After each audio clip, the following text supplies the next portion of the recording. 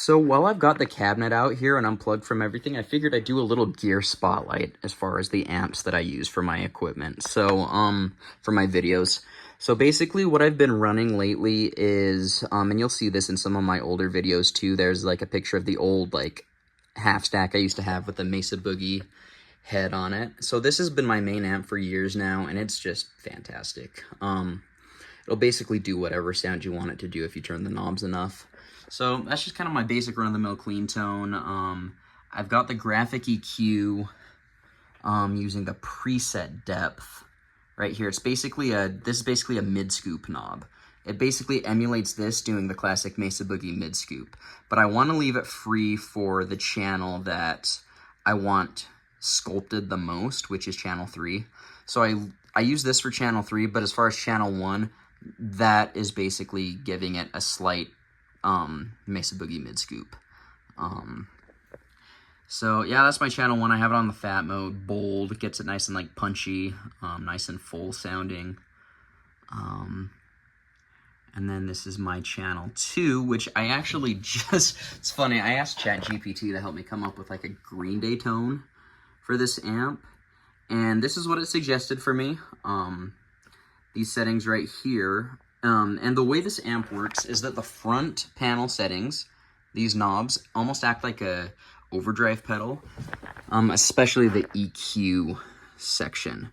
So, you know, your gain obviously controls the amount of saturation, distortion you're going to get. So does the treble. So the more you turn up the treble, it's going to get clearer and tighter and more not thumpy, but more articulate and chunky the more treble you add in.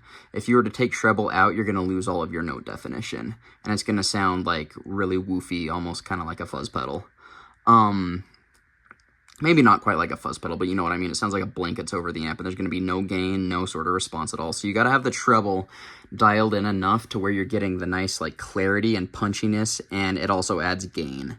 So it's like turning up the, I think of it as turning up the level on an overdrive pedal that you're feeding into an already dirty amp. It like gives you that kind of clarity. Presence is about noon. Bass, you know, a little bit lower just so it doesn't get woofy. Because if you turn the bass up too high on this amp, your speakers flub out and it sounds horrible. So general rule of thumb, the higher the gain, the higher the volume, the lower you want to turn the bass just to compensate for just the huge amount of bass this has on tap. Because this is basically like turning up the gain for the bass frequencies. You're adding bass distortion is the best way to think of this. Mids about halfway. Nice mid-range present tone. And I've got this also on the preset EQ, just scooping it out a tiny bit. And the reason I'm scooping it for a Green Day tone, you would think a Marshall is very mid-focused, like mid-present, and it is. But the common misconception about these Boogie heads, these aren't scooped heads at all. These are actually extremely mid-heavy heads. So in order to get the mid-range to sit where you want it, that's why people scoop the crap out of the graphic EQ, is because you're trying to get into that sweet spot of mid-range. So for this, you know, I scoop a little bit of it, try to get in that Marshall territory. This does pretty good for me. And then channel 3, which is like my trying to emulate a dual rectifier. Also ChatGPT recommended this to me, but I've also done some research as well, what people say. I put it on extreme, and that's basically the Mark V's version of the modern mode in a dual rectifier or a triple rectifier. It gets rid of the negative feedback, just super, super bass responsive, just really full, just crushing sounding. A lot like the extreme mode on a Mesa Boogie dual rectifier or triple rectifier. Running the gain about there, I mean, you can see these settings. ChatGPT, interestingly enough, it recommended me to leave the treble like here or like here. That just wasn't enough. It was just not clear, so I pushed it until it started sounding clear, which was about right there. Presence about right there. Bass is about halfway up. That does give it a nice loose rectifier sound. If I were to cut the bass, it'd be super, super tight and precise. But the rectifier, it's got more of a loose bottom end, so that does it pretty well with the bass right there. Mids there. If I scoop them out, it just kind of loses the girth to it, I guess. So I leave the mids right there. So just remember, this is all pre-gain, and then this is your post-gain. This is where you really, really shape the sound.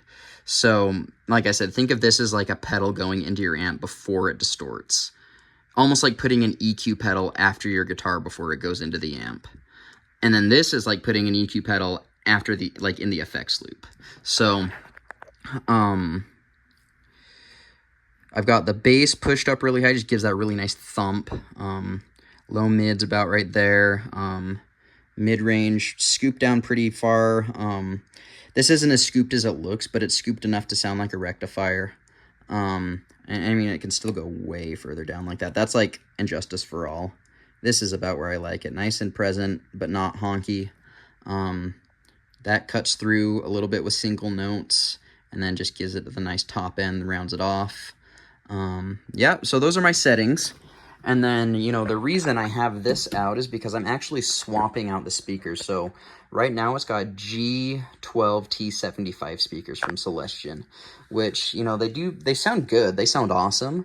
But the more I've been trying to figure out the tone that I want, the more I actually just want to put the stock Bugera speakers back in, because the tone I want is more of a vintage 30 type tone.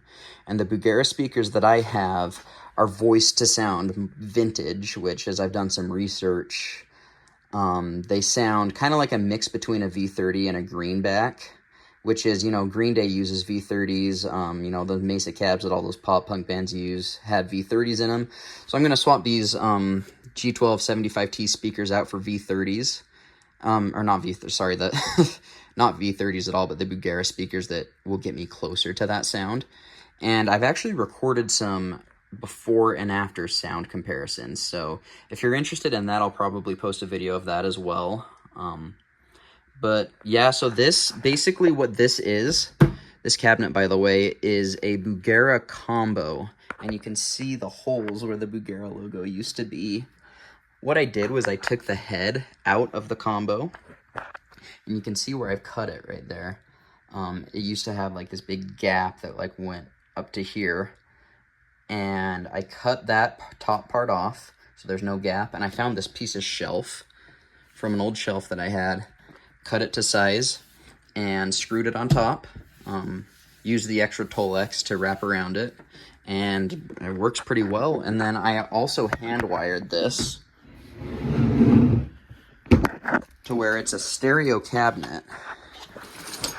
And I also made this back plate from a piece of plywood I bought at Home Depot, covered it in Tolex, screwed it on there. I hand wired this. So basically we got two jacks right here, and it's a stereo cabinet. So it's two 8-ohm speakers, and right now I have it in stereo mode because I'm only using one speaker because I'm in an apartment and it's loud. So I'm only using one speaker. So basically what that does is it splits these, it isolates the speakers. So you can use one side at a time, allowing me to plug 2 amps into the cabinet, basically one per speaker, and letting me blend the sound of 2 amps, but also allowing me to just use one speaker if I want to record quieter, which is really nice. And then if I were to go over here, that combines the 2 speakers. I believe it's in series, if I remember right. I'm not really very good with this stuff. I just followed a diagram. But it combines the 2 8-ohm speakers in a way that makes the 2 of them together 4 ohms. And that's perfect for the Mark V because it has an 8-ohm and a 4-ohm tap. So if I want to run this in mono and have both speakers go, both 12-inch speakers, super loud, I switch it over here and it's 4 ohms. And you can only use the left side. This side doesn't do anything when you're over in 4 ohms, which is super important because if I were to plug it into this side and it didn't do anything, then there's no load on my amp and I could blow up my amp. So that's why I put this little sign here. Just makes it super, super clear. I got this custom engraved on Amazon, shipped to my door. It's cool. They had these little lightning bolt things that I could choose from, so I just thought that was pretty awesome. I also put these casters on the bottom of it that I got from Home Depot. Makes it super like convenient to wheel it around. But anyway, I will take the back off of this cabinet real quick. Sorry, my house is a mess right now. Just trying to find my drill. Anyway, I'll pause the video real quick. Okay, so here's my wiring. Go into the switch, Going to the two Celestion speakers. It looks like I soldered that one on.